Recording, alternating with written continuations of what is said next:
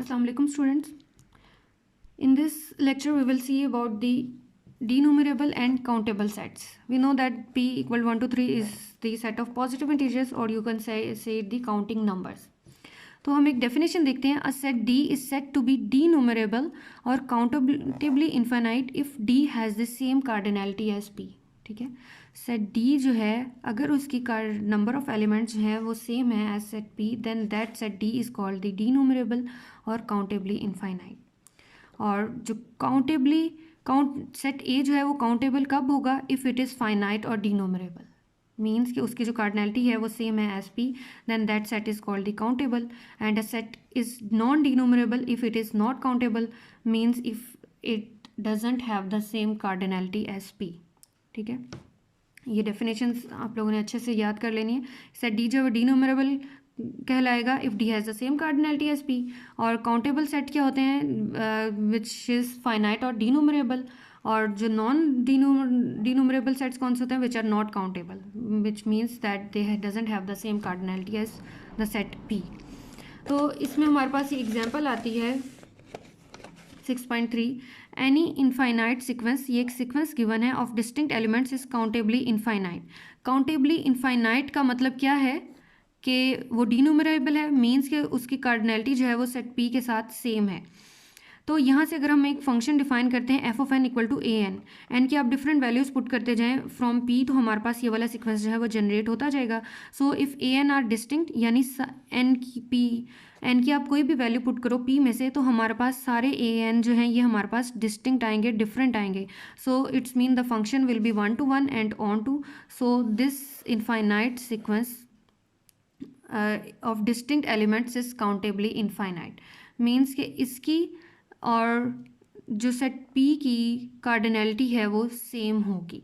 Similarly हम different sequences ले सकते हैं. ये वाला जो सेट लिया है इस सीक्वेंसेस का 1, 1/2, 1/3, 1/n, इन सब की कार्डिनैलिटी भी क्या है? सेम है as compared with set of positive integers. Similarly ये वाला जो सीक्वेंस है इसकी भी कार्डिनैलिटी सेम है. So these all sets are countably infinite sets. अब नेक्स्ट इसमें एग्जांपल बी पार्ट है. Consider the product set P cross P. P cross P को जो हमारे पास एक इनफाइनाइट सीक्वेंस है उसको हम इस फॉर्म में लिखेंगे. वो इस फॉर्म में कैसे लिखेंगे? इसको हमने इस तरह एरो डायग्राम से शो किया. यानी प्रोडक्ट सेट है ना, तो इसमें एलिमेंट्स होंगे वो ऑर्डर्ड पेयर की फॉर्म में होंगे, 1 1 1 2 2 1 2 2 3 3, इस तरह से ऑन. तो इस तरह से हमने पहले पेयर्स की फॉर्म बना ली. पहले जो फर्स्ट रो है उसमें 1 को फिक्स कर लिया और जो फर्स्ट एलिमेंट को फिक्स कर लिया और जो सेकेंड एलिमेंट है उसको वेरी करवाते गए. देन क्या किया है, जो सेकेंड रो है उसमें 2 को फिक्स कर लिया और बाकी सारे एलिमेंट्स जो हैं वो 1 से वेरी करते गए. देन थर्ड रो में थर्ड को फिक्स कर लिया और बाकी सारे एलिमेंट वेरी करते रहेंगे. अब नेक्स्ट जो आपने इनकी मैपिंग जो ड्रॉ करनी है वो इस तरह से एरो से ड्रॉ करनी है. 1 1, then 2 1, then 1 2, then 1 3, then 2 2, then 3 1, then 4 1, then 3 2 and up to so on. इस तरह से आपने एरोस को जो है वो मूव करवाते जाना है. तो हमारे पास इस टाइप का इनफाइनाइट सीक्वेंस जो है वो बनेगा. तो ये वाला जो इनफाइनाइट सीक्वेंस है इसकी भी कार्डिनैलिटी जो है वो सेट पी के साथ सेम होगी. यानी अगर आप इसको फर्स्ट एलिमेंट कंसिडर करो, इसको सेकंड एलिमेंट कंसिडर करो, थर्ड एलिमेंट, 4 एलिमेंट, 5 6 7, सारे एलिमेंट जो पी क्रॉस पी के हैं उनकी 1 करस्पॉन्डेंस होगी with set P of positive integers. So it's mean that P cross P is countably infinite set. Similarly जो हमारे पास सेट एन क्रॉस एन है, या हमने सेट एन जो है उसको इस तरीके से डिफाइन किया है which is P union 0 is a set of natural number और नॉन नेगेटिव इंटीजर्स. देन अगर हम पी में से कोई एक एलिमेंट लेते हैं ए जो कि इस फॉर्म का है और उसके अकॉर्डिंग हम एक फंक्शन ड्रॉ करते हैं जो कि F is a function from P to N cross N where F of A is defined as R S. Then this function f is 1 to 1 and on to, so we can say that n cross n is denumerable or countably infinite, or you can say that the set n cross n have the same cardinality as p. और यहाँ से एक और result भी आप लिख सकते हैं that p cross p is a subset of n cross n.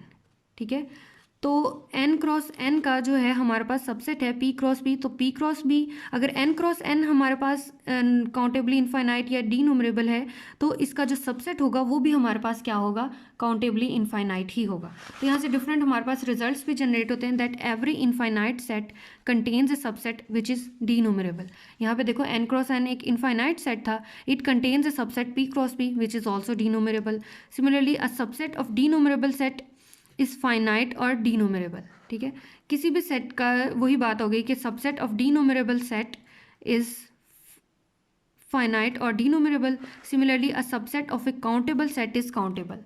कोई भी सेट है जो कि काउंटेबल है उसका आप सबसेट लें वो भी हमारे पास क्या होगा, काउंटेबल होगा। इसी तरह अगर हमारे पास sequence of pairwise disjoint denumerable sets हैं, A1 A2 A3 जो है वो डी न्यूमरेबल सेट्स हैं। Denumerable sets means they have the same cardinality as P, then इन सब सेट्स का जो यूनियन होगा वो भी हमारे पास क्या होगा, डी न्यूमरेबल होगा।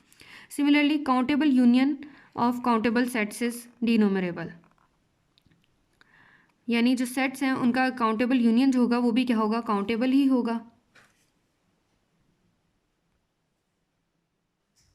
एक और रिजल्ट है that set Q of rational numbers is denumerable. Means जो सेट क्यू है it has the same cardinality as P. तो इसका प्रूफ जो है ये आप लोगों ने खुद करना है। ठीक है, यहाँ पे प्रूफ आप गिवन भी है, आप ये वाला भी प्रूफ कर सकते हैं या इसके अलावा आप लोगों को कोई और किसी और बुक से अच्छा सा मिल जाता है या अगर आप इंटरनेट से सर्च कर सकते लो तो इसका प्रूफ जो है ये आप लोगों ने खुद करना है। बट ये रिजल्ट आपने याद रखना है that set Q of rational numbers is D numerable. ठीक है, होपफुली क्लियर हो गया होगा। सिर्फ यहाँ पे हमने क्या डेफिनेशन की है, डी न्यूमरेबल की बात की है, नॉन डी न्यूमरेबल की बात की है और काउंटेबल सेट्स की बात की है, देन उससे रिलेटेड एग्जांपल्स देखी हैं और कुछ उनके रिजल्ट्स देखे। ठीक है, होपफुली क्लियर हो गया होगा आपको। If you still have some doubts you can ask me. Okay, thank you so much.